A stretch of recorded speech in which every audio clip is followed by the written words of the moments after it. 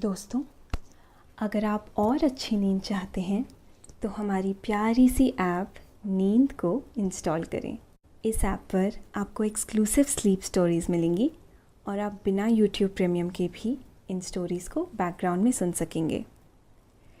Install करने के लिए आप हमारी वेबसाइट neend.app पर ज़रूर आइए और अच्छी कहानियाँ, स्लीप म्यूज़िक, कुछ टिप्स सुनने के लिए इस चैनल को सब्सक्राइब कीजिए। नमस्कार, मैं हूँ सृष्टि। आज सुनिए लेखिका उर्मी की लिखी स्लीप स्टोरी।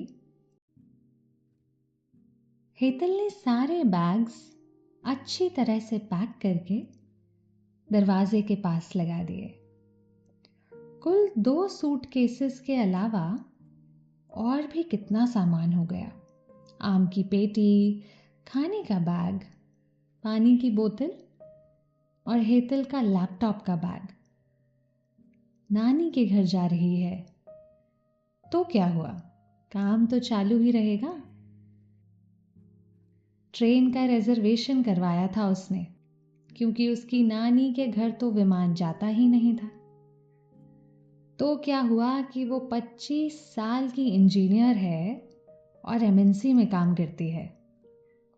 नानी का घर तो नानी का घर ही होता है ना।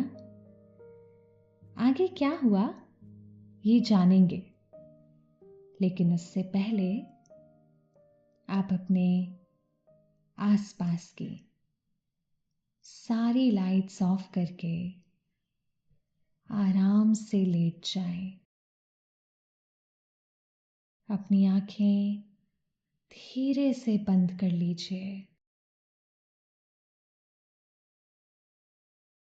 अब थोड़ा सा अपने शरीर को आराम दीजिए। थोड़ा और आराम। अपने शरीर को बिल्कुल ढीला छोड़ दीजिए। कोई टेंशन नहीं, कोई तनाव नहीं। अपने दिमाग में चल रहे सभी विचारों को, चिंताओं को त्याग दें। एक शांति सी महसूस करें।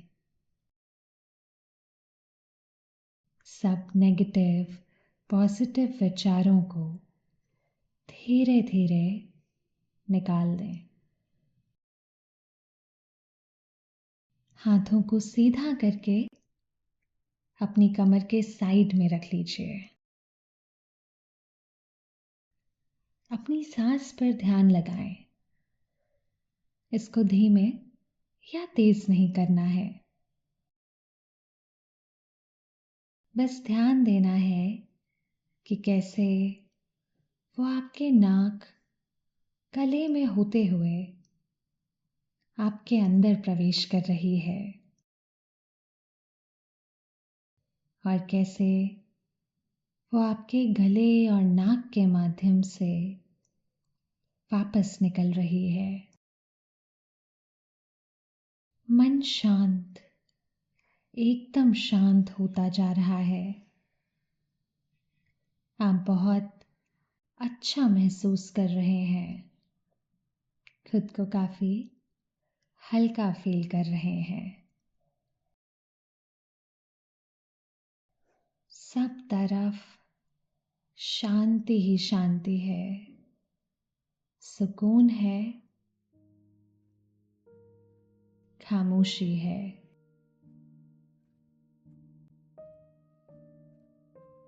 हेतल 3 भाई बहनों में सबसे छोटी है, तो जाहिर है सबसे ज्यादा लाड़ प्यार भी उसे ही मिला है। लेकिन जब तक उसके वो दिन आए कि मम्मी के साथ नानी के घर जाए, उसके भाई बहन बड़ी क्लास में आ गए।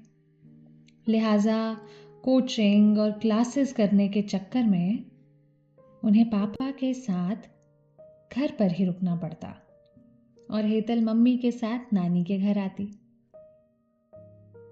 2 बड़े बच्चों को छोड़कर आई मम्मी का बहुत दिन नानी के घर मन ही ना लगता।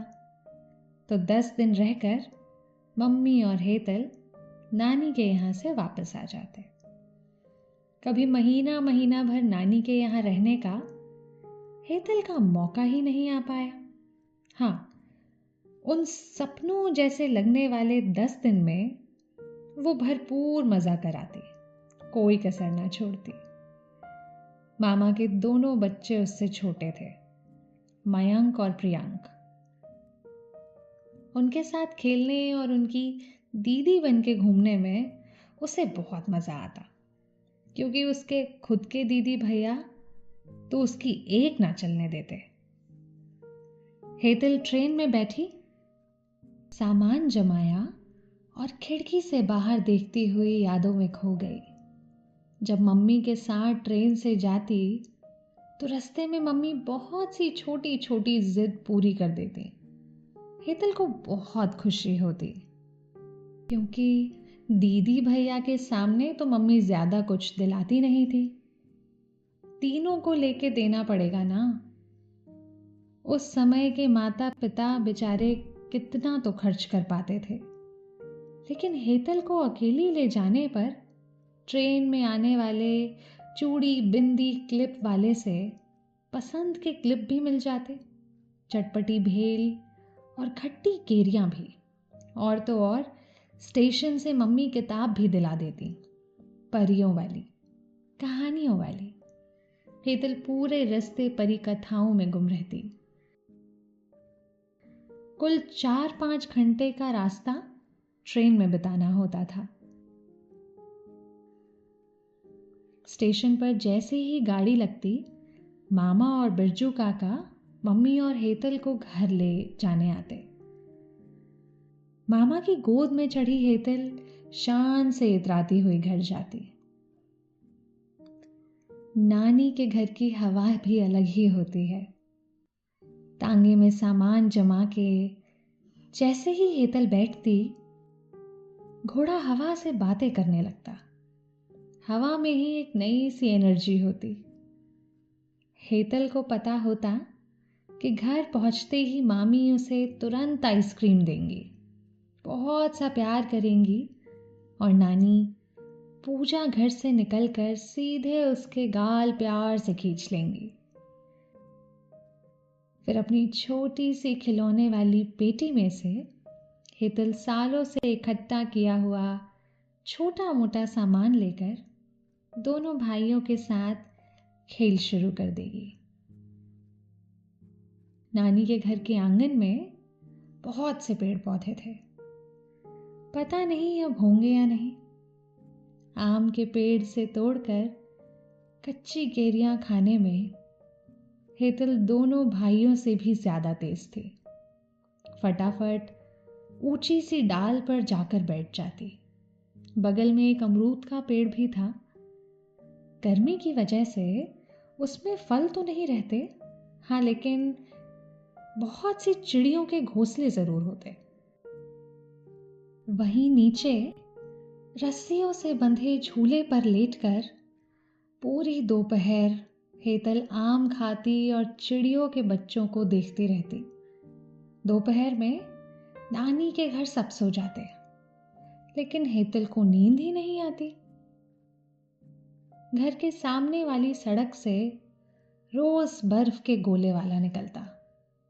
सारे मोहल्ले के बच्चे उसके इर्द गिर्द झुंड बना लेते।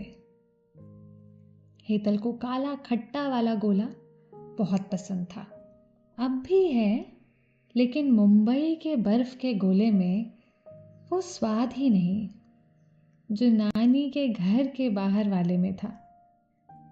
जैसे ही उसकी तुन तुन घंटी सुनाई देती, हेतल अलसाई सी झूले पे पड़ी होती तो छलांग लगाकर उठ बैठती। 1 रुपए में इतना बड़ा गोला मिलता था तब। अब क्या मिलता है 1 रुपए में? समय ने हर चीज को बदल दिया है, रुपए के मोल को भी, लेकिन नानी के घर के उत्साह को कोई नहीं बदल सकता।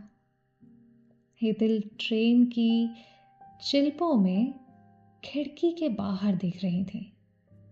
खेत ही खेत थे, अनाज के, सब्जियों के, फल के बाग भी थे। गर्मियों में दोपहर तो कहीं बाहर जाया जा ही नहीं सकता था, लेकिन शाम को थोड़ा ठंडा होने पर पिकनिक मनाने जाना हेतल की गर्मी की छुट्टियों का एक अहम हिस्सा था। मामी आलू की सब्जी और पूरियां बनाती, मामा जी बाजार से गुलाब जामुन ले आते और सब बच्चे मिलकर चटाई, टोकरी और फल वगैरह गाड़ी में जमाते। सब मिलकर खेतों में जाते और रात होने तक लौटते। हेतल को याद आ रहा था, थकान तो बहुत होती लेकिन मज़ा भी खूब आता। खेतों में घंटों तीनों भाई बहन गाय के बछड़ों और बकरी के मेमनों के साथ खेलते रहते। रेहट के पास पानी में खेलते और ट्रैक्टर की सवारी करते। दोस्तों, अब से आप bed time stories, guided meditation, relaxing music, इन सब का आनंद नींद ऐप पर ही उठा सकते हैं। हर दृश्य अब भी हेतल के मन में उतना ही ताजा था। ट्रेन की लंबी सीटी से उसकी विचार तंद्रा टूटी। उसकी सीट के पास वाली सीट पर 2 बच्चे बैठे थे, अपनी माँ के साथ। हेतल उन्हें देख मुस्कुराई, बच्चे भी मुस्कुराए।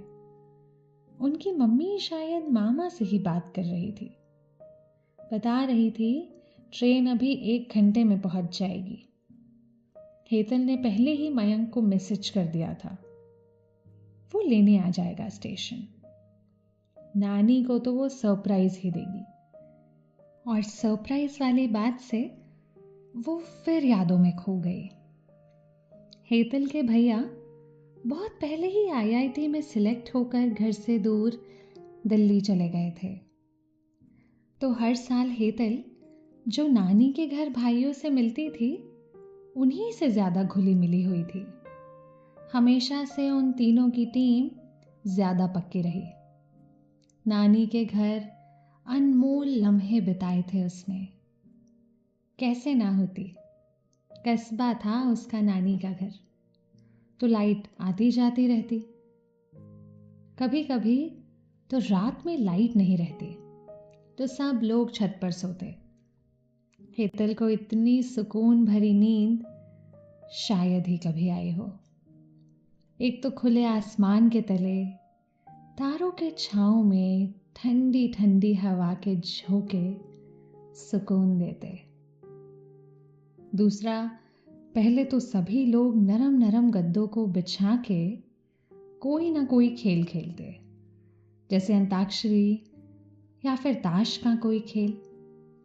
हंसते खेलते बच्चे सबसे पहले सो जाते।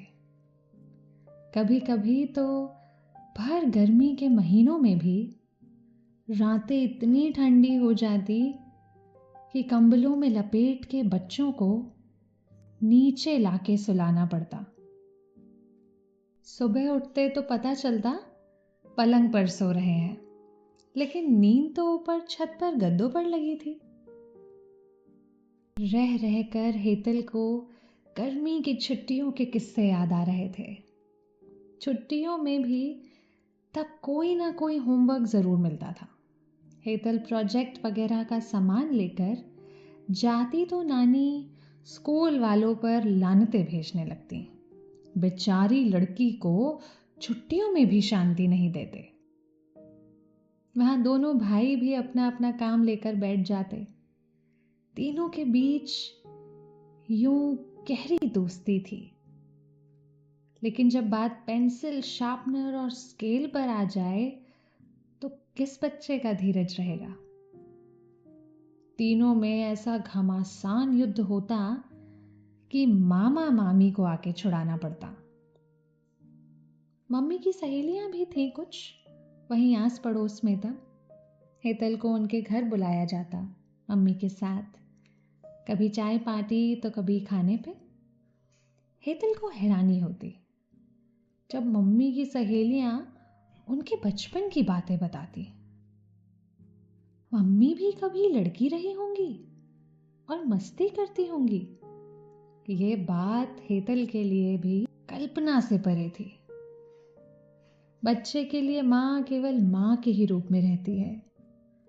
वो भी कभी बालिका रही होगी, ये बात बच्चा थोड़ी ना समझ पाता है। मम्मी उसे अपना पुरान स्कूल दिखाती तो कभी पुरान कॉलेज। एक बार तो बाजार में चाट पकौड़ी खाते हुए मम्मी की पुरानी टीचर भी मिल गई थी। हेतल तो सोच भी नहीं सकती थी कि ये सरल सी दिखने वाली उसकी नानी की उम्र की महिला कभी स्कूल में मम्मी के कान खींचा करती थी। नानी के घर की और एक खास बात थी। छत पर कोने में बानी बरसाती, एक खास कमरा जिसमें यूं तो दुनिया भर का कबाड़ पड़ा रहता, लेकिन बच्चों के लिए वो धमाल करने की जगह थी। पूरे घर में अगर कहीं थोड़ी प्राइवेसी रहती तो वो यहीं, क्योंकि यहाँ कोई आता जाता नहीं था। बच्चों को ये भी कहकर डराया जाता था कि यहाँ भूत रहता है, ताकि शैतान टोली यहाँ आए नहीं। लेकिन दोपहर में काहे का डर? बच्चे दोपहर में यहाँ खेलते, धूल में लथपथ होकर जब नीचे पहुँचते चाय के वक्त, तब मम्मियों को समझ में आता कि कपड़ों में ये मकड़ी के जाले कहाँ से लग गए। हेतल के लिए ये कमरा डांडिया से कम नहीं था। नानी के घर के पास एक बावड़ी थी। घरों में नालों की, टंकियों की आवक हो चुकी थी। बावड़ी इसीलिए बस जानवरों और राहगीरों का और बंजारों का अड्डा बनी रहती। पर बच्चों को उससे क्या? उनके लिए तो बावड़ी यानी स्विमिंग पूल। सीढ़ियों के पास का हिस्सा गहरा नहीं था, तो दोनों भाइयों के साथ हेतल कभी कभी वहां पानी में खेलने चली जाती। इतनी गर्मी में सबसे ज्यादा मजेदार खेल होता पानी का खेल। लेकिन नानी कभी अकेले नहीं जाने देती। हमेशा बिरजू काका साथ होते। वापस आते समय हमेशा गुड्डी के बाल और संतरे की गोली दिलाते हुए वापस लाते। 3 भीगे बच्चे उनकी साइकिल पर लदे रहते और आराम से गुड्डी के गुलाबी गुलाबी बाल खाते हुए वापस आते। गर्मी की छुट्टियों की एक और खास बात है। जो दिन स्कूल के वक्त इतनी जल्दी से निकल जाता है, वही दिन गर्मी की छुट्टियों में बहुत बड़ा लगता है। अब बच्चे सारे दिन में करे तो क्या? सभी मिलके वीडियो गेम खेलते, अगर लाइट होती तो। लेकिन रिमोट 2 ही और बच्चे 3। फिर झगड़े हो सकते थे, लेकिन बड़ों ने नियम बनाया हुआ था कि बारी बारी से सब खेलेंगे और हार गए तो रोएंगे नहीं। इस हिसाब से काफी आराम से समय कट जाता। एक पुराना सा कूलर था हेतल की नानी के यहाँ। बड़े जतन से उसे रोज सुबह नल आने के वक्त भरा जाता। लाइट होती तो दोपहर के खाने के बाद उसे चलाया जाता और ठंडे ठंडे फर्श पर सब लेट जाते कूलर के आसपास। उस ठंडे फर्श की खुशबू आज तक हेतल को याद है। कई बार वो अपने शहर के फ्लैटों में गर्मी हटाने के लिए फर्श पर लेटी है, लेकिन पता नहीं कैसे नानी के घर के फर्श में इतनी शीतलता और खुशबू होती, उसने और कहीं तो नहीं महसूस की। हेतल का स्टेशन आने ही वाला था। मयंक का व्हाट्सएप आया कि वो हेतल को लेने आ जाएगा। गाड़ी रुकी तो सामान उतार कर हेतल ने नीचे रखा। इधर उधर देखा और एक लंबी सांस ली। स्टेशन कुछ खास नहीं बदला था। कोने की चाय की टपरी पर उसे वही पहचाना हुआ चेहरा दिखा। बस वो अंकल काफी बूढ़े हो गए थे। हेतल के मन में बहुत उत्सुकता थी नानी के घर को देखने की। क्या क्या बदल गया, क्या नया हो गया, क्या वही रह गया। वो पूरे 7 सालों के बाद आ रही थी। मयंक उसे दूर से ही दिख गया। भाई से मिलने के बाद बातें करते हुए हेतल टांगा स्टैंड की ओर बढ़ने लगी। मयंक ने मुस्कुरा के उसे अपनी गाड़ी दिखाई। सही बात है, होनहार भाई है उसका, गाड़ी में ले जाएगा ना, थोड़ी ना टांगे में बिठाएगा। टांगे कम भी तो रह गए, कुल 2-3 टांगे दिख रहे थे उसको। मयंक ने बताया हेतल की नानी आज सुबह से ही हेतल को याद कर रही हैं। पता नहीं क्यों बार बार कह रही थी मयंक को कि मुझे बात करनी है। किसी तरह उन्हें शांत किया कि ऑफिस में होगी। हेतल मुस्कुराई। नानी की लाडली तो वाकई थी वो। हेतल को नानी का प्यार भूला नहीं था। उसके लंबे बालों का श्रेय नानी को ही जाता है। हर दिन हेतल के बालों में तेल लगाना, उनकी चोटी गूंथना, छुट्टियों में तरह तरह की जड़ी बूटियों से उसका सर धुलना, ये सब नानी ने किया था। तभी तो आज भी हेतल के बालों की तारीफ होती है। सुबह सुबह ही तेल डालकर और गुड़हल का गूदा लगाकर हेतल को नानी बाहर बैठाती, फिर खुद ही उसका सर धुलाती। नानी के बनाए तेल से तो आजकल के कोई ऑर्गेनिक ब्रांड के तेल मुकाबला नहीं कर सकते। अब तो उनसे होता नहीं, पर जब सामर्थ्य थी तब नानी ने हेतल का बहुत ध्यान रखा। दोस्तों, अब से आप आपकी मनचाही दादी और नानी की कहानियों से प्यारी नींद की कहानियां सिर्फ और सिर्फ नींद ऐप पर ही सुन पाएंगे। तो इसी तरह हमारे साथ कहानियों के जरिए जुड़े रहने के लिए आपकी अपनी नींद ऐप इंस्टॉल करें। नानी की कहानी किस बच्चे को अच्छी नहीं लगती। शाम होते ही तीनों बच्चे खाना वाना खाकर और कपड़े बदलकर नानी के पास आ बैठते। हेतल को परियों की कहानियां अच्छी लगती तो दोनों लड़कों को राजा की, सिपाही की और युद्ध की गाथा पसंद आती। नानी किसी का दिल नहीं तोड़ती, तीनों की पसंद की कहानियां उनको सुनाती। कभी कभी तो दिन में भी बच्चे जिद कर बैठते कहानी सुनने की, पर नानी को कहना पड़ता, बेटा दिन में कहानी सुनने से मामा रास्ता भूल जाते हैं। हेतल के मन में तस्वीरें बनने लगती। मामा खेतों से लौटकर दुकान जाते होंगे और रास्ता भटक के जंगल में चले जाएंगे तो क्या होगा? क्या उनको शेर मिलेगा? वैसे मामा तो इतने हट्टे कट्टे हैं, शेर मिलेगा तो खुद ही डर के भाग जाएगा। लेकिन रिस्क कौन ले? सो वो कहानी की जिद नहीं करती और जाकर झूले पर लेट चिड़िया की अटखेलियां देखने लगती। बाल मन बड़ी प्यारी चीज है। मयंक ने गाड़ी गली में मोड़ दी। घर दिख रहा था और ढेर सारी यादें हेतल के मन में उमड़ घुमड़ करने लगी। ये दिन बहुत अच्छे बीतेंगे। बचपन की यादों के साए में हेतल जानती थी। आपको ये स्लीप स्टोरी कैसी लगी? उम्मीद है पसंद आई होगी। आपने ये कहानी सुनी, अब आप काफी अच्छा महसूस कर रहे हैं और आपको नींद आ रही है। निंदिया रानी धीरे धीरे आपको सुला रही हैं। आपकी आंखें भारी हो रही हैं। आप नींद की आगोश में समाते चले जा रहे हैं, समाते चले जा रहे हैं।